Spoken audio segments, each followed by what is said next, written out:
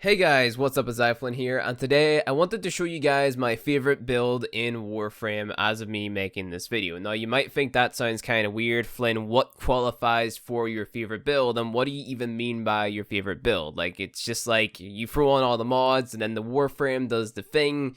Does it really make any sense to call it your favorite build? You might as well just call the Warframe your favorite, yada yada yada. It's just, I've had a lot of fun playing around with this build in particular, and it kind of brought me back to the days of whenever I was like 15, 16, and I was doing these very, very long endurance runs in things like T3, T4 survival or defense, right? So the build kind of like hits me in a nostalgic place because it's like, if I had this Warframe and this build back in the day, I think I would have fell in love with this game even more.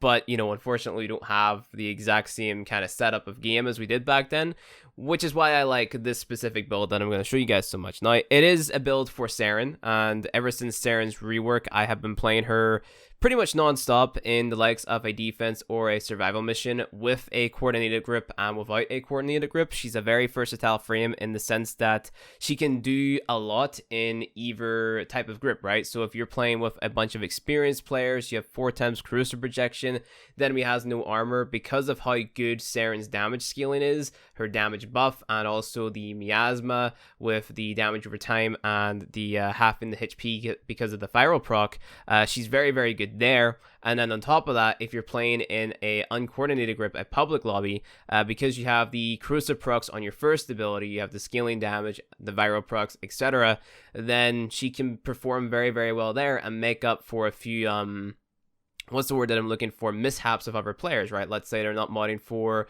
corrosive damage, so they're not stripping away armor, or they don't have corrosive projection on. Saren can really help with that and help kind of like bring that less experienced grip into higher waves in a defense, or just a couple minutes longer in a survival, and in that way you get more rewards, right? You get another roll at that next rotation for whatever it is that you're going for, be it a relic or whatever in today's current meta of Warframe. So she's a very cool frame, she's a very fun frame, she's very versatile. I understand that some people might find her playstyle boring because you cast your spores, you spread them, you forget about it, you press your 4, and then you know, have a buff and you're free. Sure, cool, whatever. But I don't know. I've just fallen in love with this frame simply because of her rework, and I think it makes she's probably one of my favorite frames to mod in the game right now because there's so many different ways that you can build her. Same with Equinox, Octavia, etc. Like Equinox, Octavia, Saren, they have to be my favorite frames in the game because there's so many different ways that you can mod. But I guess instead of blabbering on, we're going to jump straight into the build. So this build is designed with, you know, having an EV Trin in your squad. So energy efficiency shouldn't really be that big of a problem because you should have a player constantly spamming 2, right? So it fully relies on the fact that you have some way of regenerating your energy at an extreme rate. So having an EV Trin, there's also no health mods on this build either, so having something to keep you alive, such as a Frost or a Disarm Loki, is also pretty essential for this, so you don't take that much damage because you are going to get one shot. And it's basically made to go very deep into a defense run, right? So this build that I'm about to show you guys, it'll take you up until around wave 90, and then that's whenever your damage is going to start to fall off, and then your EV Trinity is going to overtake you in terms of the most damage dealt because of how EV Trinity's damage dealing works, right? So because of her 2, it basically takes away a percentage of the enemy's health, and as the enemy's health gets higher, then obviously your EV Trinity is going to be dealing more damage. So if an enemy has like 10 million health, then your EV Trinity is going to be dealing like a couple 100,000 million damage or whatever, you know, right? So if we go ahead and we take a look at the build now, again, this is designed specifically for the type of grip where you have an EV Trin, you have a Frost, you have a Loki, so you constantly have energy, you're not getting shot, and you can just kill everything, right? So you'll notice that I completely neglect efficiency. I don't have flow, I don't have vitality or anything like that, which seems like a death sentence, right? But, you know, for players in coordinated grips who are doing just fine, you know, using their abilities how they should, then this is more or less a very, very insane build because you have so much strength, so much range, and so much duration. Now, There are things in this build which you can swap out. So for example, you could swap out Augur Reach for regenerative Molt, so you can get your health back, even though you have a Trinity in your squad, so you don't really need that. So they'll be using Blessing to give you health back. Or you could swap out Umbral Intensify for Transient Fortitude for about 33 more damage on your Miasma. A little bit less duration on your Miasma and also your third buff. So you get like I think it was a 3% increase compared to Umbral Intensify. So you get 3% extra toxin damage on your free if you use Transient Fortitude over Umbral Intensify.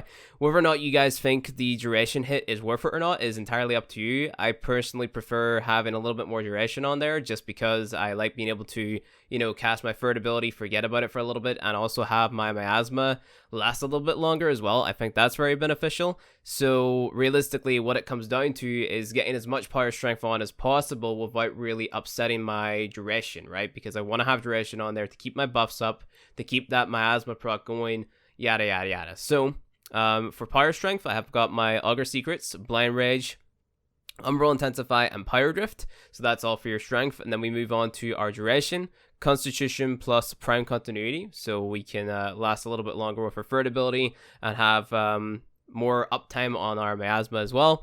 And then the rest we throw onto range, which is Stretch, Overextended, and Augur Reach. And this is just going to make it so that our spores and all of our other initial casts of our abilities, such as your Miasma or your initial spore spread, is going to cover a wider radius, right? So Cruise Projection on there to strip away 30% of the enemy's armor, because again, if you're going in with a coordinated grip, it doesn't really matter because, you know, you're going to have that scaling damage on there. So it doesn't matter if your spores deal corrosive damage or they do corrosive procs. The scaling damage from spores is going to be great, right? So what happens is your damage on your spores builds up insanely fast, especially whenever you get to the levels where the enemies are getting a little bit more effective health and they're taking a lot more damage. So your spore damage just builds up super rapidly, and because you're affecting so many enemies, the more enemies you have affected, the more damage your spores are going to deal. And the same with the longer the enemies stay alive, the more damage you're going to deal. But of course, you're going to be killing them rather quickly because of how fast your spores damage is going to be building up, right? So I'm going to demonstrate this in a void defense mission. You're not going to see the numbers go insanely high. What you are going to see, though, is enemies die very, very fast and how much energy this is going to drain from us. So our spores, a single cast of it costs 39 energy, our Toxic Lash costs 78, and our Miasma costs 116, and we are capped at 300 enemy maximum. So you have to really be relying on your EV Trin with this build to, you know, give you your energy back, right? Not that it would matter too much because you're only gonna be casting like once every single round for your spores. The only other thing that you'd be casting very often would be your Miasma, right? Your Toxic Lash doesn't really matter until you get a little bit later on to endgame where you 110% need those buffs, but at the same time, like, it doesn't hurt to have it up, right, at all times. So the more you can have Toxic Lash up, the better. That's why I opted for a little bit more duration over the little bit more strength, because, I mean, the less times I have to cast it, the better, in my opinion, at least. So you can see that our decay rate is 5% and our reset decay is 7%. Spread radius is 42.4. Status chance is over 100%, 111. Damage growth per enemy is 4.44. That doesn't actually go higher if I put more power strength on, unfortunately. And then neither does the damage per second, unfortunately. And then we have the range, which is 159 meters, which is insane for our Saren build. Our added toxin damage is 66%, and then our radius on our Miasma, 53 meters. Damage per second is 666. With Transient Fortitude, that goes up to 699, and then your Toxic Lash goes up to 69%, and then we have the duration of 10.9 seconds, so basically 11 seconds if we're rounding up on our Miasma. So insanely powerful Saren build, like I said, relies on an EV Trinity. 110% or some way of regenerating your energy back, and you're going to basically melt through every single enemy that comes in until like we have 90. We have 90 is when you're going to start to struggle a little bit, and you're going to have to kind of hunker down with your team. Make sure that your Loki is spamming his radial disarm or his radiating disarm. Make sure that you're inside your frost globe. Make sure that your EV Trin is EVing those ancient healers or whatever, making sure those guys die first, so then you can still wreak havoc with your spores and your Miasma. So realistically, the main focus is getting your spores off so it spreads to as many enemies as possible, and then pressing your 4 to half the enemy's effective health, HP, right? So, that being said, here's a quick screenshot or a quick look at a casual player's, what's it called, Saren build. This one's a lot more energy efficient, got a lot of range, got decent strength. Not 100% status chance on spores, but 89%. And this is what I would take into a lobby where you don't have an EV Trin or a matter of getting all of your energy back, right? So, your arcanes don't matter. Those are down to personal preference. I'm using the Lenka with corrosive damage to focus Ancients. Cyno Gamma Core with corrosive and magnetic simply because I'm not running 4 times CP.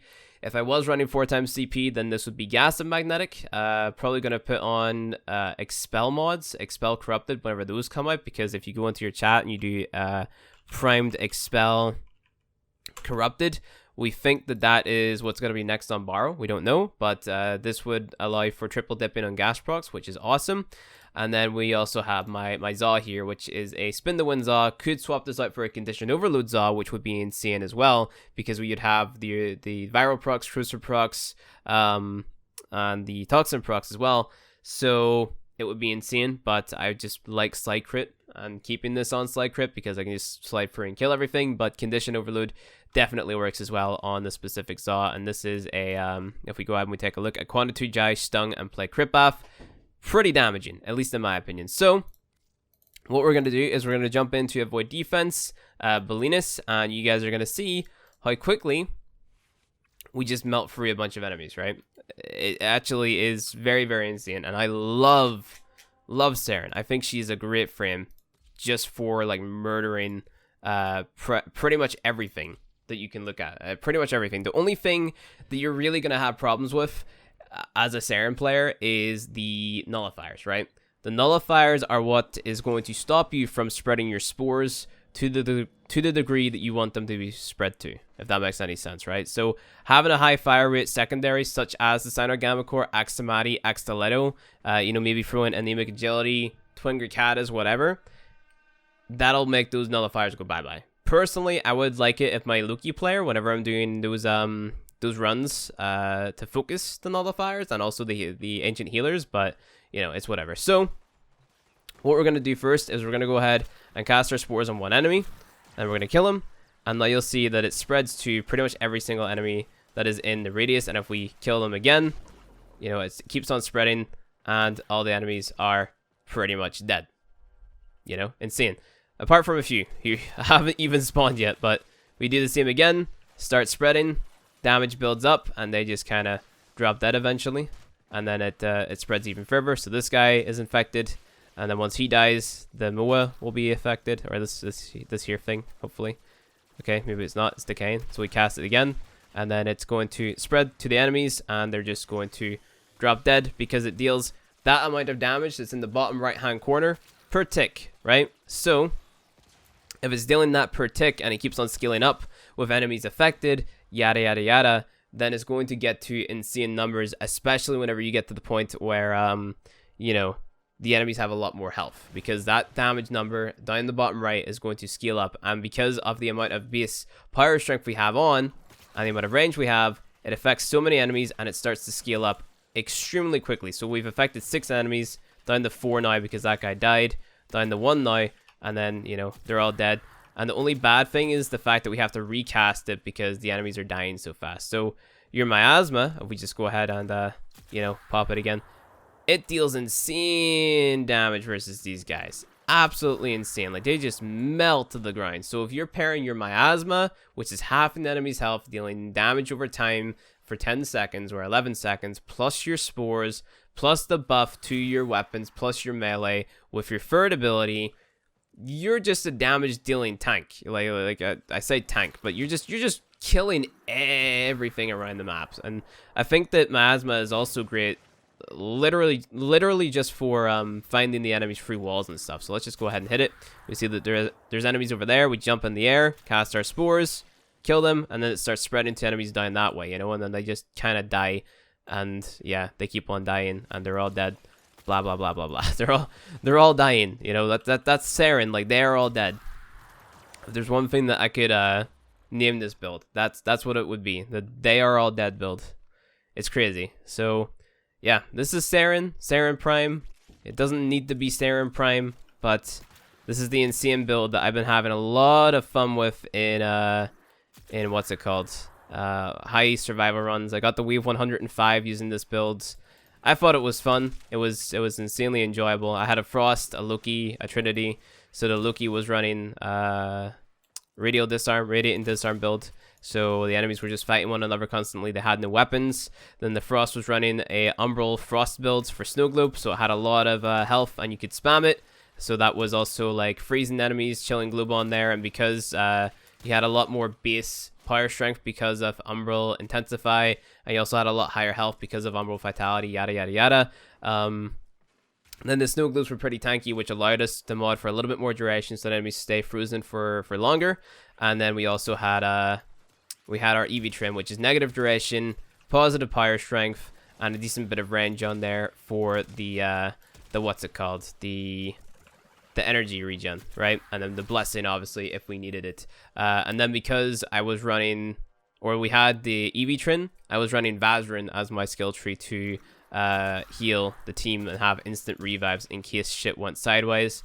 So it was an extremely fun run, and I don't know, like, you pick up the Saren build, try it out in your group of friends, you know, just murder everything, guys. Kill everything. Just watch everything die whenever you spread those spores to everyone else, and they're just kind of gone. So yeah, I mean, that is it for the run. I'm only going to do 5 waves here. I probably should have like maybe done an endurance run and like showed you guys the, like 2k damage per tick that you could do, or 5k damage, whatever insane number that I could have got it up to. But you know, high level enemies are going to die to this build, and I recommend checking it out if you're into doing long survival runs or long defense runs. I myself personally think that it works a lot better in defense because you know where the enemies are going to be spawning.